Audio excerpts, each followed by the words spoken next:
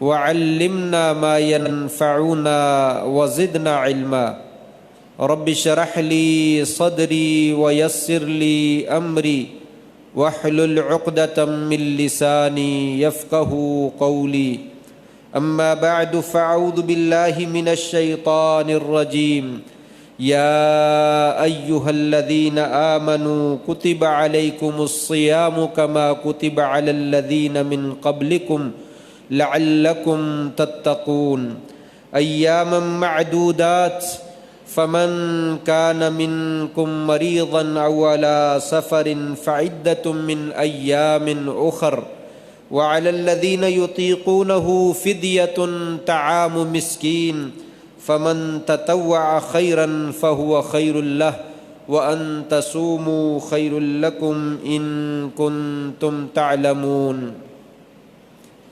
اے ایماندار لوگو، تم پر روزے فرض کر دیے گئے ہیں اسی طرح جیسے تم سے پہلے لوگوں پر روزے فرض کیے گئے، تاکہ تم متقی اور پرہیزگار بن جاؤ۔ یہ گنتی کے چند دن ہیں، تم میں سے جو آدمی بیمار ہو جائے یا سفر پہ ہو اسے چاہیے کہ آنے والے دنوں میں اپنے پورے مہینے کی گنتی کو پورا کر لے، اور وہ لوگ جو مشقت کے ساتھ روزہ رکھتے ہیں ان پر ایک مسکین کا کھانا ہے۔ جو آدمی نفلی روزہ رکھے اس کے لیے روزہ رکھنا بڑا ہی بہترین ہے، اور تم روزہ رکھو یہ تمہارے لیے اچھا عمل ہے اگر تمہیں کچھ علم ہے۔ نہایت ہی عزت کے لائق بزرگوں، دوستوں، بھائیوں، اللہ تبارک و تعالیٰ کی عظمتوں والا، شان و شوکت والا، برکتوں والا، رحمت والا، فضل والا عظیم الشان مہینہ ہم پہ سایہ فگن ہے۔ یہ اللہ تبارک و تعالیٰ کا بے حد و حساب ہمارے اوپر احسان ہے کہ اس نے زندگی میں ایک بار پھر اس مہینے کی زیارت ہمیں نصیب فرمائی ہے۔ اس پر ہمیں اللہ تبارک و تعالیٰ کا شکر ادا کرنا چاہیے، اس لیے کہ نعمتوں کا شکر ادا کرنے سے نعمتوں کو دوام ملتا ہے۔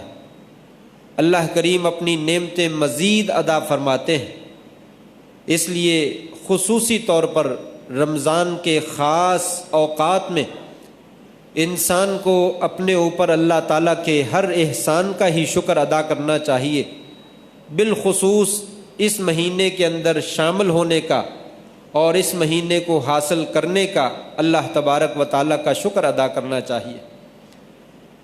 دوسری بات یہ ہے، یہ مہینہ بہت ہی زیادہ فضیلت والا ہے، بہت ہی زیادہ برکت والا ہے۔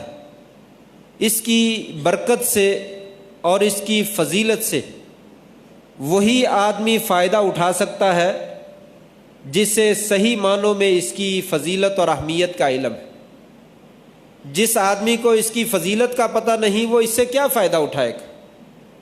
اس لیے ان احادیث کو بار بار پڑھنا چاہیے اور غور سے پڑھنا چاہیے جن احادیث میں آپ صلی اللہ علیہ وآلہ وسلم نے اس مہینے کی عظمت کو اجاگر کیا ہے۔ بہت ساری احادیث ہیں، آپ ہر سال سنتے بھی رہتے ہیں، لیکن پھر یاد دہانی کے طور پر ایمان تازہ اسی سے ہوتا ہے کہ ایک بار پھر ان کا تذکرہ کیا جائے اور انسان ان کو اپنے دل و دماغ میں جگہ دے اور پھر اس مہینے کی عظمت کا احساس کرتے ہوئے اس سے فائدہ اٹھانے کی کوشش کریں۔ ان احادیث میں سے 4 احادیث آپ کے سامنے ذکر کرنے کی کوشش کرتا ہوں۔ پہلی حدیث نبی کریم صلی اللہ علیہ وسلم کا ارشاد گرامی ہے، ترمذی شریف کی روایت ہے، اذا کان اول لیلۃ من رمضان صفدت الشیاطین ومردت الجن وغلقت ابواب النار ولم يفتح منها باب وفتحت ابواب الجنہ فلم يغلق منها باب وینادی مناد یا باغی الخیر اقبل ویا باغی الشر اقصر وللہ عتقاء من النار وذالک کل لیلہ او کما قال علیہ الصلاۃ والسلام. فرمایا رمضان کی پہلی رات آتی ہے، شیاطین کو اور سرکش قسم کے جنوں کو پابند سلاسل کر دیا جاتا ہے، زنجیروں میں جکڑ دیا جاتا ہے، انہیں قید کر دیا جاتا ہے. جہنم کے دروازے سارے کے سارے بند کر دیے جاتے ہیں اور ان میں سے کوئی دروازہ کھولا نہیں جاتا. جنت کے سارے دروازے کھول دیے جاتے ہیں اور ان میں سے کوئی دروازہ بند نہیں کیا جاتا.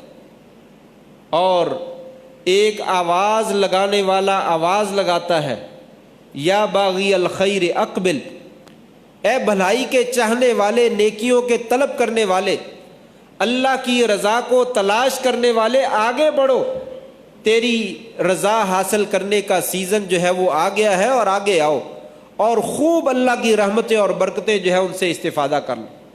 وَيَا بَاغِيَ الشَّرِّ، اے برائی کو چاہنے والے، چوری کرنے والے، ڈاکہ مارنے والے، جھوٹ بولنے والے، منافقت کرنے والے، بے ایمانی کرنے والے، کرپشن کرنے والے، غلط قسم کے کام سر انجام دینے والے، یا باغی الشر اقصر، اب تو رک جا، اب تو جہنم کے دروازے ہم نے بند کر دیے ہیں، شیطانوں کو جکڑ دیا ہے، اب تو اپنی برائیوں سے تو باز آ جا.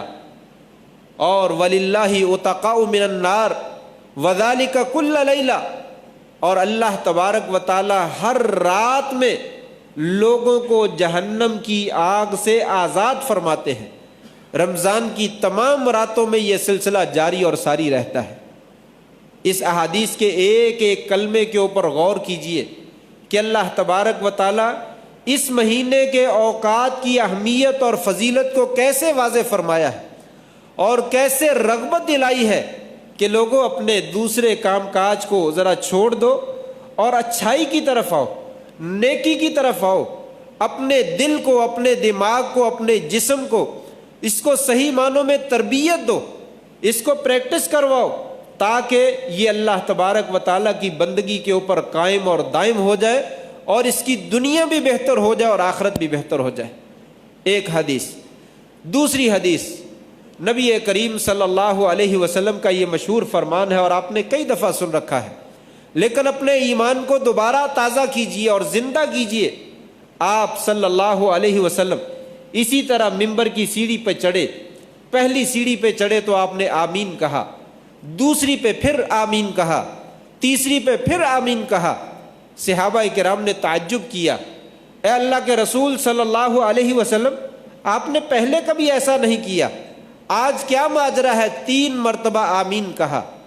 آپ صلی اللہ علیہ وسلم نے فرمایا جبریل امین تشریف لائے اور انہوں نے اللہ تبارک و تعالیٰ سے 3 دعائیں مانگی. نمبر 1، من ادرک احد ابویہ فمات فلم یغفر لہ ابعدہ اللہ، او کما قال علیہ الصلاۃ والسلام، قال جبریل قل آمین فقلت آمین.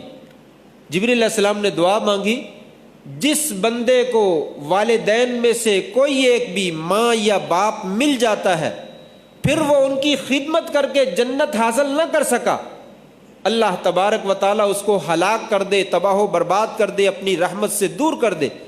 جبریل علیہ السلام نے فرمایا، اے محمد صلی اللہ علیہ وسلم، قل آمین، آمین کہو. میں نے آمین کہا. یہاں سے یہ بھی معلوم ہوا کہ ایک آدمی جب کوئی دعا کرتا ہے تو دوسرا آمین کہہ سکتا ہے اور اسے آمین کہنا چاہیے تاکہ وہ بھی دعا میں شریک ہو جائے. بہت سے لوگ اعتراض کرتے ہیں کہ دعا کے بعد آمین کہنا چاہیے یا نہیں کہنا چاہیے. یہاں پہ دیکھیے کہ آپ صلی اللہ علیہ وسلم کو جبریل علیہ السلام نے حکم دیا کہ میں نے دعا مانگی ہے تو آمین کہو، تو آپ صلی اللہ علیہ وسلم نے فوراً آمین کہا. دوسری سیڑھی پہ چڑھے تو آپ نے فرمایا من ادرک رمضان فلم یغفر لہ فمات ابعدہ اللہ، جسے رمضان کا مہینہ مل گیا پھر وہ اپنے گناہوں کی بخشش نہ کروا سکا اور اسی حالت میں فوت ہو گیا، اللہ تبارک و تعالیٰ اس بندے کو اپنی رحمت سے دور کر دے، اسے تباہ و برباد کر دے، اسے ناکام کر دے، اس کی ناک خاک آلود کر دے. قل آمین، اے اللہ کے محبوب آمین کہیے. آپ صلی اللہ علیہ وسلم نے آمین کہا. تیسری سیڑھی پہ چڑھے، پھر فرمایا من ذکرت عندہ فلم یصلی علیک، جس بندے کے پاس آپ صلی اللہ علیہ وسلم کا نام لیا گیا اور پھر اس نے آپ کے اوپر درود نہیں پڑھا، ابعدہ اللہ، اللہ تبارک و تعالیٰ اسے بھی اپنی رحمت سے دور کر دے۔ قل آمین، اے پیارے محبوب آمین کہیے۔ آپ صلی اللہ علیہ وسلم نے آمین کہا۔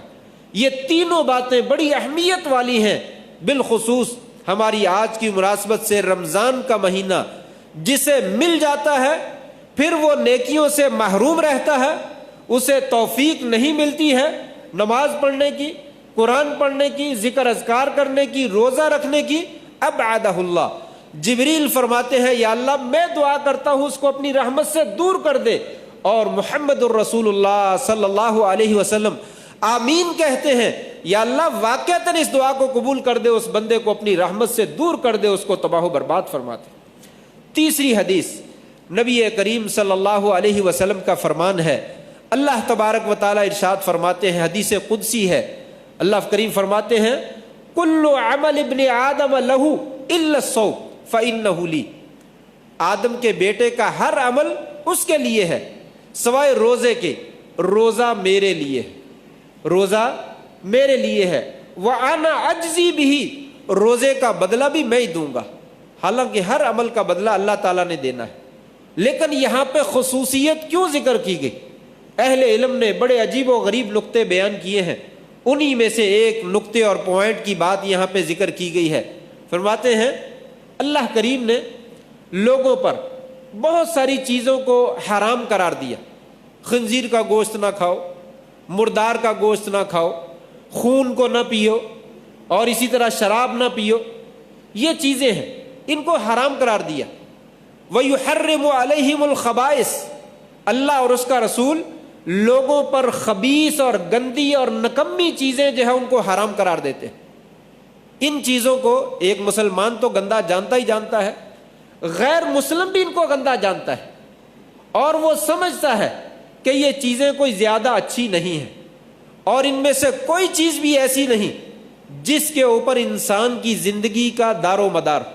شراب نہ پیے انسان مرتا نہیں، خنزیر کا گوشت نہ کھائے انسان کی صحت کو کوئی فرق نہیں پڑتا، مردار نہ کھائے انسان کی زندگی کے اوپر، اس کے انسان کی حیات کا اس گوشت کے اوپر کوئی دار و مدار نہیں۔ یعنی یہ ساری چیزیں نکمی بھی ہیں اور انسان کی زندگی کا دار و مدار بھی ان کے اوپر نہیں، انسان کی صحت کے لیے یہ چیزیں ضروری بھی نہیں۔ غیر مسلم بھی سمجھتا ہے کہ یہ چیزیں نکمی ہیں، لہٰذا ان چیزوں کو چھوڑنا کوئی اتنا اعلیٰ کام نہیں۔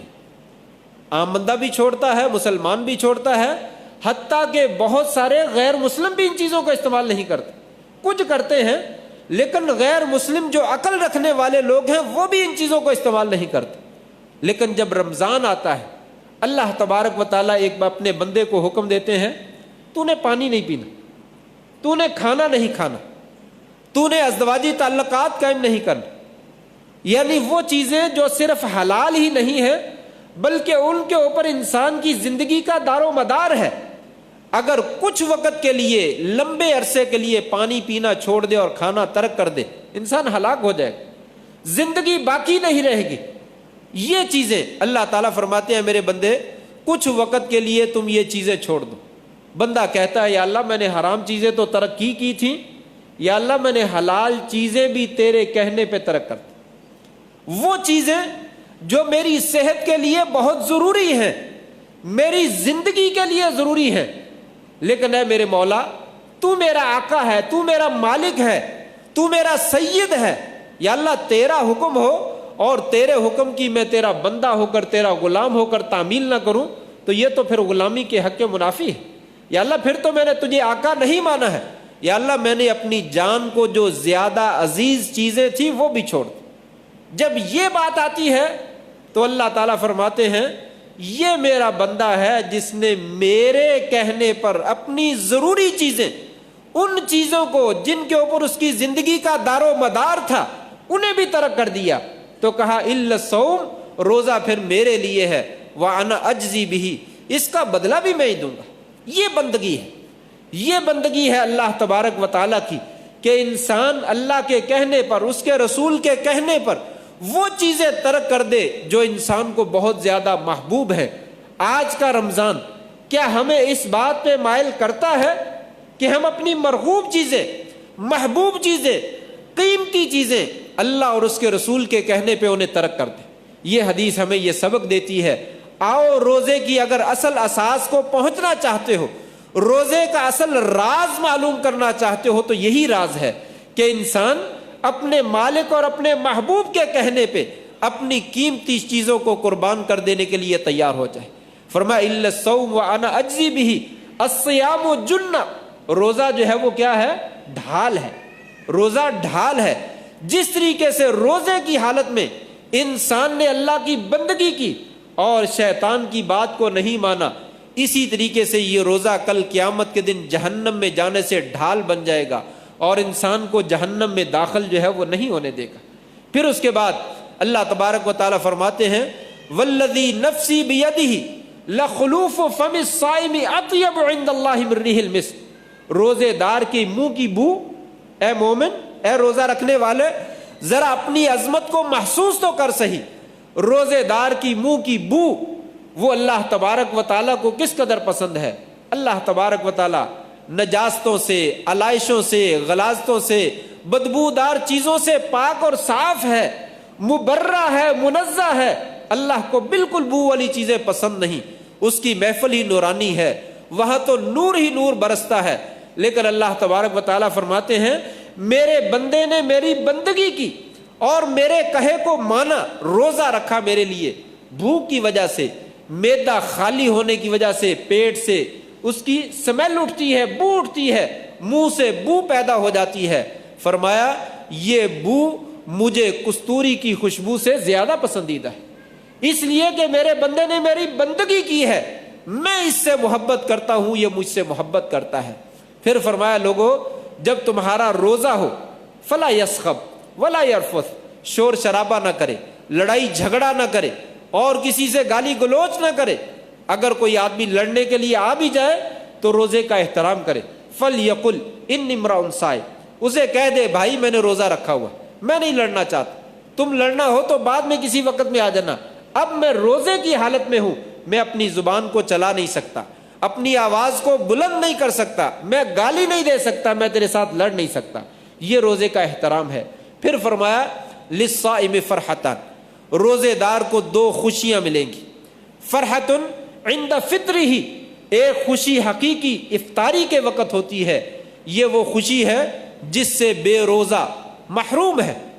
جس نے روزہ نہیں رکھا اسے خوشی ملتی نہیں۔ گرمی کا موسم ہو، لمبا دن ہو، بھوک بھی شدید ہو اور پیاس بھی شدید ہو اور مزیدار قسم کا کھانا اور مشروب موجود ہو، اس وقت کھانے کی جو لذت ہے وہ روزے دار ہی محسوس کر سکتا ہے، دوسرا آدمی محسوس نہیں کر سکتا۔ پیٹ بھرا ہوا ہو، اس کے سامنے جتنا مرضی اعلیٰ سے اعلیٰ قسم کا کھانا ہو، وہ مزہ نہیں دیتا جو انسان کو بھوک کی شدت کے وجہ جو ہے وہ لطف آتا ہے۔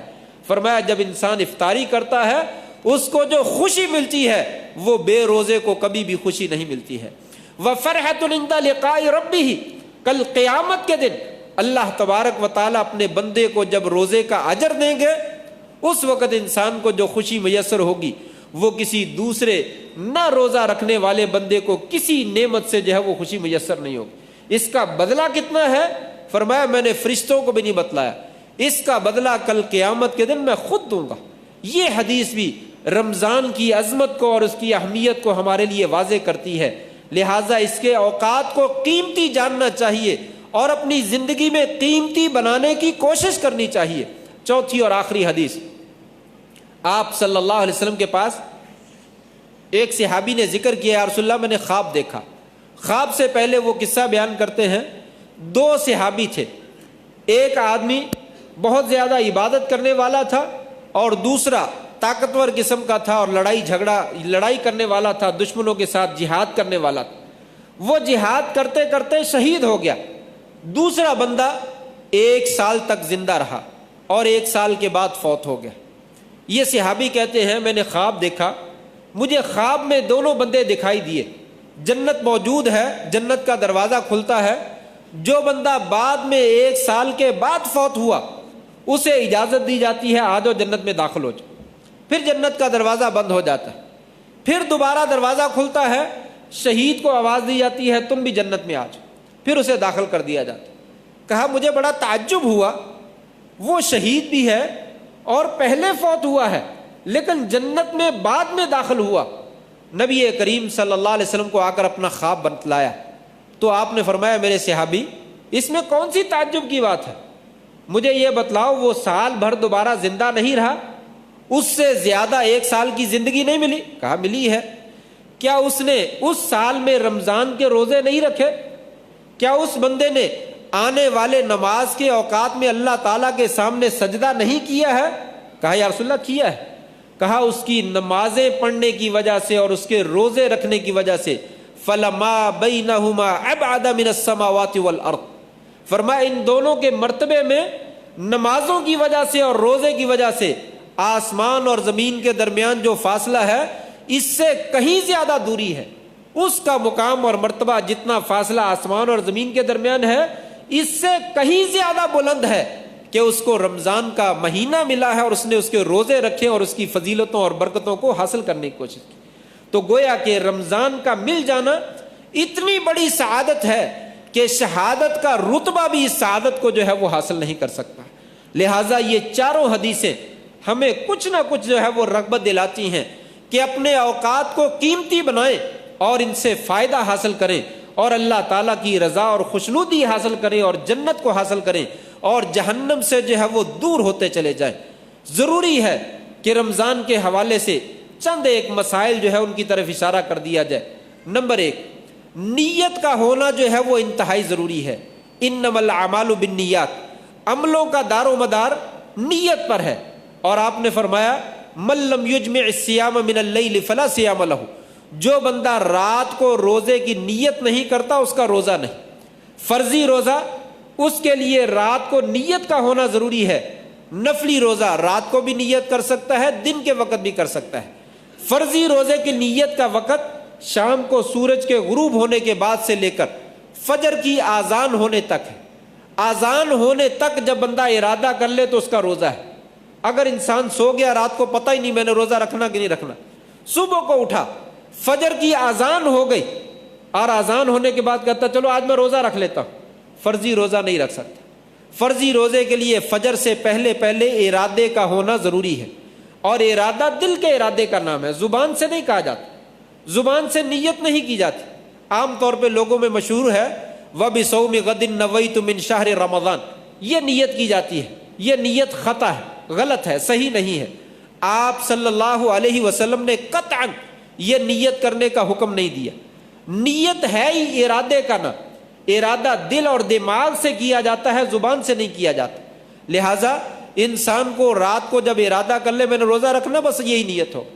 تراویح پڑھی ہے، کیوں پڑھی ہے؟ صبح کو روزہ رکھنا۔ سحری کھائی ہے، کیوں کھائی ہے؟ میں روزہ رکھ رہا ہوں۔ یہی نیت کا نام، یہی نیت ہے۔ تو رات کے وقت میں نیت ہو جائے تو یہ انتہائی ضروری ہے۔ دوسرا مسئلہ، سحری کھانی چاہیے۔ آپ نے فرمایا تسحروا فإن فی السحور برکہ، لوگوں سحری کھایا کرو، سحری کے بغیر نہ روزہ رکھا کرو، سحری کھانا برکت ہے۔ یہودی اور عیسائی سحری نہیں کھاتے، تم ان کی مخالفت کرو اور سحری کھا کر جو ہے وہ روزہ رکھو۔ لہٰذا سحری کھائے چاہے چند لقمے ہی کھائے، اور آخری وقت میں کھانا جو ہے وہ مسنون ہے۔ رات کو کھا کر سو گیا ہے یہ کوئی اچھا عمل نہیں، بہتر یہی ہے فجر کی آذان سے کچھ لمحات پہلے جو ہے وہ سحری کی جائے، اور جب آذان ہو جائے تو چھوڑ دیا جائے۔ بہت سے لوگوں کو دیکھا گیا ہے جب آذان ہوتی ہے تو پانی کا گلاس پکڑ لیتے ہیں، چائے کی پیالی پکڑ لیتے اور پینا شروع کر دیتے، اور آذان ہوتے ہوتے جو ہے وہ جلدی سے پی جاتے۔ یہ درست نہیں ہے۔ آذان اسی وقت ہوتی ہے جب فجر طلوع ہو جاتی ہے، فجر کے طلوع ہونے کے بعد کھانا پینا ناجائز ہے، انسان کو رک جانا چاہیے۔ اگر کوئی آدمی سویا ہوا اس وقت اٹھا ہے وہ جلدی سے 1-2 لقمے تناول کر لیتا ہے تو اس کے لیے کوئی گنجائش نکالی جا سکتی، لیکن جس آدمی نے سحری کے وقت میں کھانا کھا لیا ہے پھر وہ بیٹھا ہوا ہے، جب آذان ہوتی ہے تو کھانا شروع کر دیتا ہے، یہ عمل جو ہے یہ درست نہیں ہے۔ خدشہ ہے کہ اس کا روزہ ٹوٹ نہ گیا ہو، لہٰذا اذان کے بعد کھانا پینا جو ہے وہ بند کر دینا چاہیے۔ اذان سے پہلے جو کھانا ہے پینا ہے اس کو کھا لے۔ تیسری بات افطاری کا مسئلہ ہے۔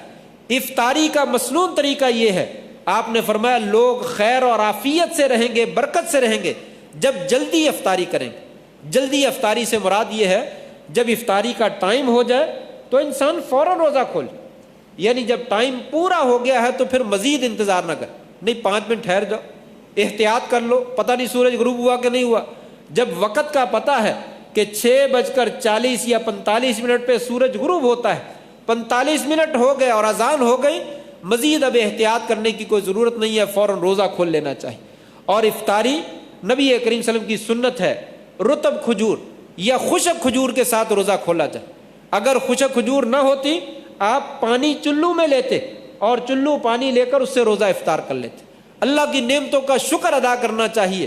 آج ہمارے پاس طرح طرح کے انواع و اطعام ہیں، لیکن آپ سادہ پانی لے کر، چلو میں پانی لے کر اس سے روزہ جو ہے وہ افطار کر لیا کرتے تھے۔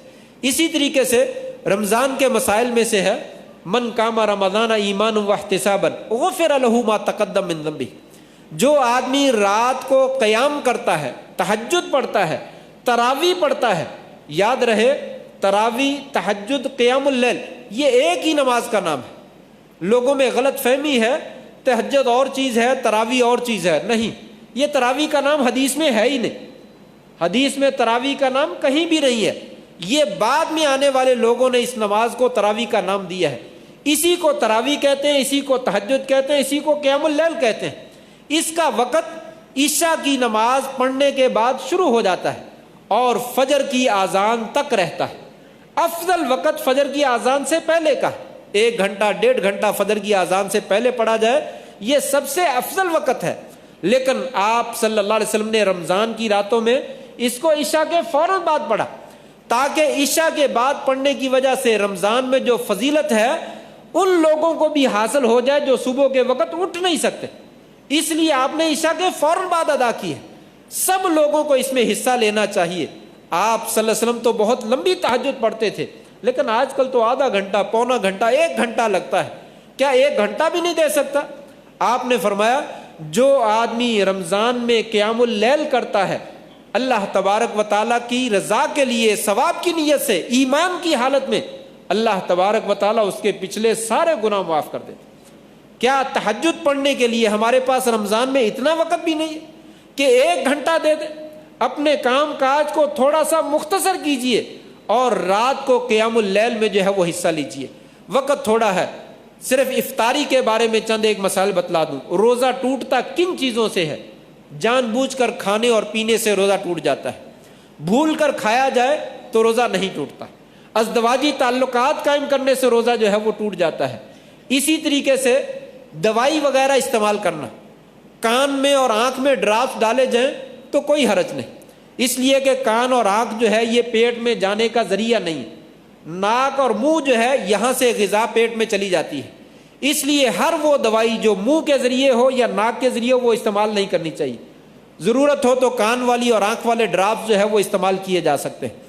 اسی طریقے سے انہیلر، سانس کی بیماری والا مریض جو ہے انہیلر یوز کر سکتا ہے، اس سے انشاءاللہ روزے پہ کوئی فرق نہیں پڑتا، اہل علم نے اس کی اجازت دی ہے۔ اسی طریقے سے انسولین وغیرہ ضرورت کے تحت یہ بھی لگائی جا سکتی ہے۔ طاقت کا انجیکشن اور ڈرپ وغیرہ لگانا یہ منع ہے، طاقت کے انجیکشن اور ڈرپ لگانے سے روزہ جو ہے وہ ٹوٹ جاتا ہے، یہ چیزیں جو ہے وہ استعمال نہیں کرنی چاہیے۔ عام الرجی کا انجیکشن ہے یا درد کا انجیکشن ہے یا بخار وغیرہ کا انجیکشن ہے، انشاءاللہ لگانے میں کوئی حرج نہیں، اسے لگایا جا سکتا ہے۔